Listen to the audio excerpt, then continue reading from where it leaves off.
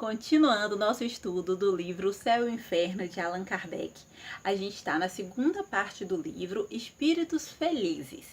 A gente vai falar agora do espírito Samuel Felipe, que vai ser apresentado para a gente como Kardec, como uma pessoa que ninguém tinha uma queixa.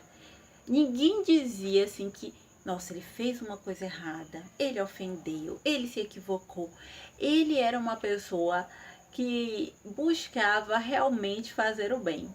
Ele, de fato, era alguém que tinha uma postura coerente com todo o estudo que ele fazia, com as diretrizes que ele tomou na vida, ali embasados com a doutrina espírita. E isso é muito importante, né? Essa coerência. Mas Kardec vai dizer pra gente assim, ó, ele era uma pessoa muito boa mesmo, mas ele sofria tanto, ele passava por tantas situações de sofrimento, ele estava sempre, a vida assim, ó, de repente ia se apresentando para ele, aparecendo situações onde ele tinha que passar por uma situação difícil. Nossa, como tão bom e ao mesmo tempo tantas provas, tantas dificuldades. Será que dentro desse ensinamento, que quando a gente está fazendo esse estudo aqui, observando as posturas desses espíritos, é para que a gente consiga ver assim, olha como eles agiram, será que eu consigo agir parecido? Se parecido com algo bom, quer dizer que eu vou ter a mesma colher, né, os mesmos frutos que eles. Se for parecido com alguma coisa que é ruim, eu também vou colher os mesmos espinhos que eles, não é?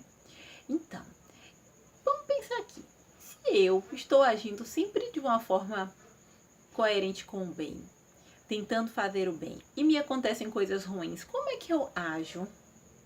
Será que eu tenho resignação nesse momento, tenho confiança de que vai passar, acredito que é algo que tem uma explicação, que tem uma necessidade, que é uma situação que eu também não tenho como evitar, ou eu fico bem revoltado? Essa é a questão que ele vem dizer pra gente. E o Samuel Felipe vem se comunicar dizendo pra gente que, de fato, ele é muito feliz pela forma como ele desencarnou, ele sentiu logo, né, nesse processo do transe, né? Do transe de sair da encarnação para a desencarnação. Ele veio de uma doença que trouxe muito sofrimento assim para o corpo dele, causou muito mal, mas que na morte ele sentiu assim como se fosse um sono profundo que ele despertou.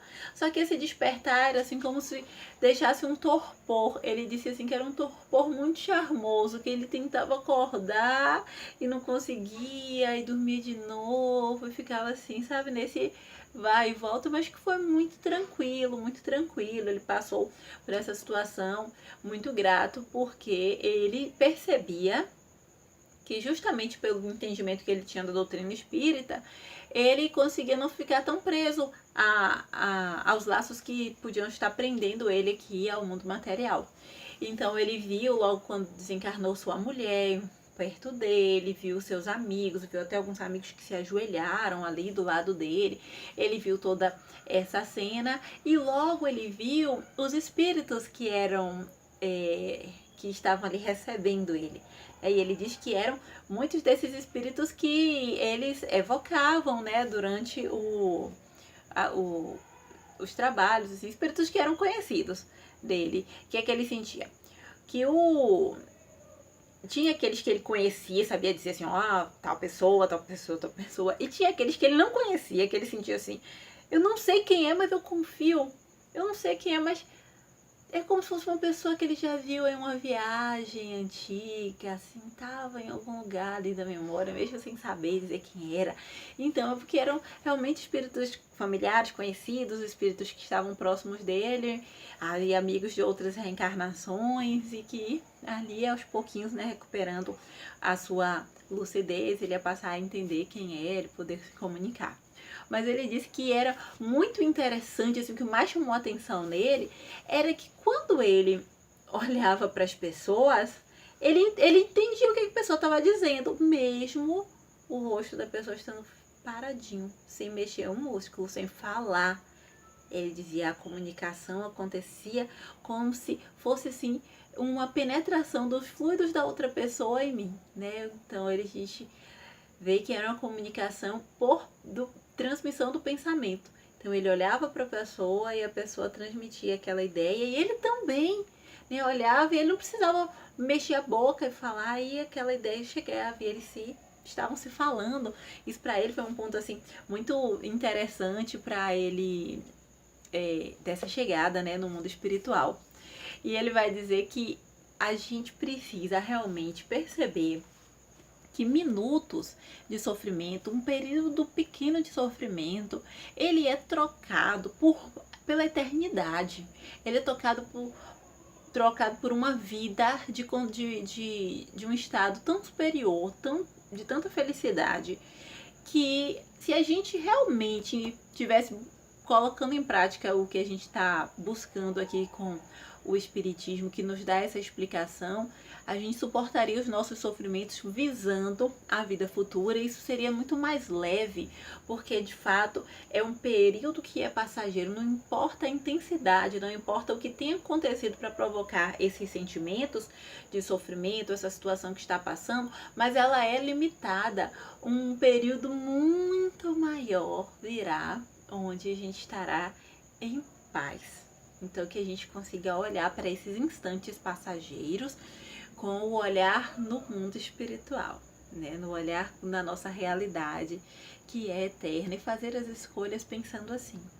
Ele diz que foi muito importante que ele tenha exercitado o amor aos inimigos durante a sua encarnação, que ele olhava para as situações que as pessoas provocavam nele, que as pessoas faziam algum mal para ele, e ele olhava e fazia assim: você está fazendo mal para você, que pena, tomara que desperte logo.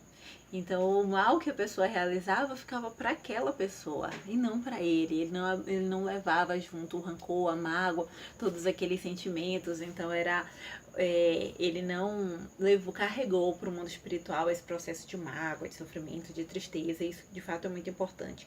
Então o exercício de amar os inimigos foi algo que foi muito importante para ele, para estar bem. Ele diz assim que graças ao Espiritismo, que lhe ensinou tudo isso, o seu desprendimento foi muito mais leve.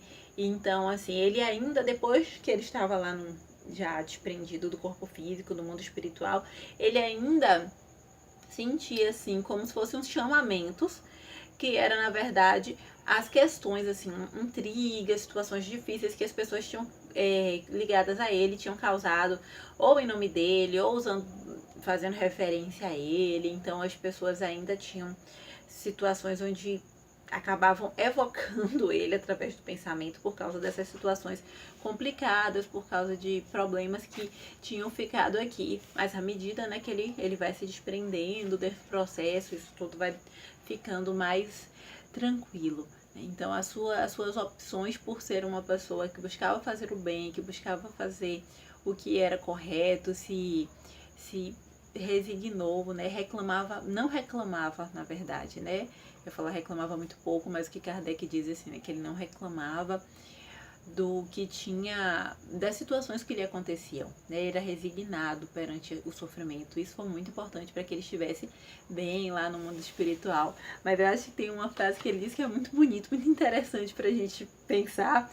Ele diz assim, qual era o sentimento dele quando ele chegou lá no mundo espiritual: assemelhava-me a um pobre repentinamente enriquecido, duvidando da realidade da sua fortuna e alimentando por algum tempo as apreensões da pobreza.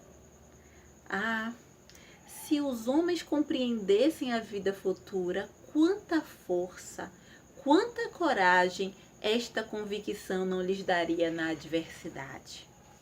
Imagine essa sensação dele, né? De repente, você acha que você ganhou na loteria, né? Tipo, ganhei muito mais do que eu merecia. Sabe aquela sensação quando alguém te dá uma coisa que você faz assim: ah, meu Deus, é meu mesmo, né? É pra mim? É pra eu ficar com isso aqui? Meu? E a gente não acredita. Então era essa sensação que ele teve, né? Ai, será que eu mereço isso tudo? Será que é meu mesmo?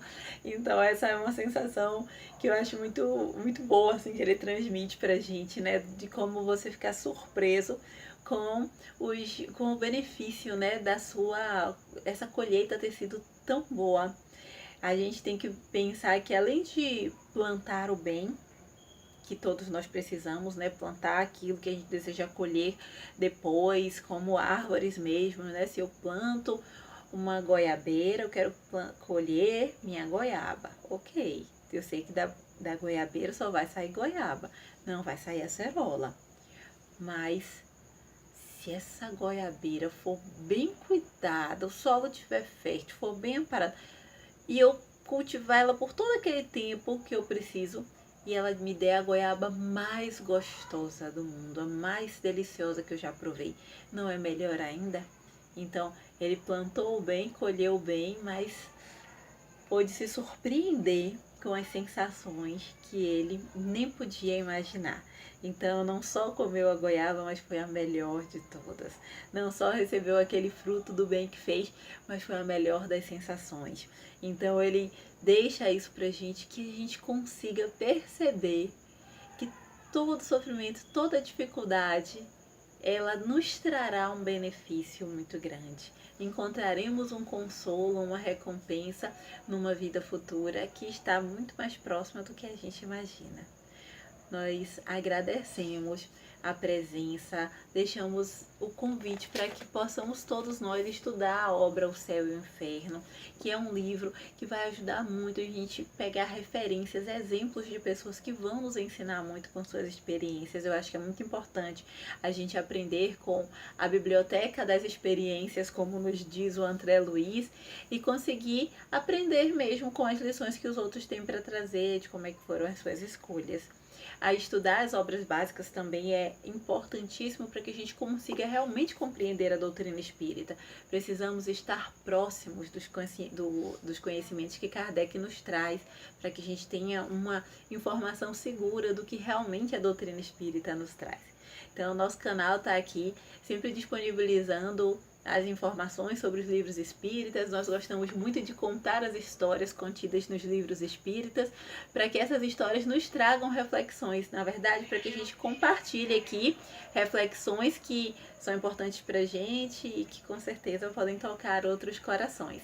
Se você gostou aqui do nosso material do canal, pode se inscrever, pode ativar o sininho para ver tudinho que a gente está colocando.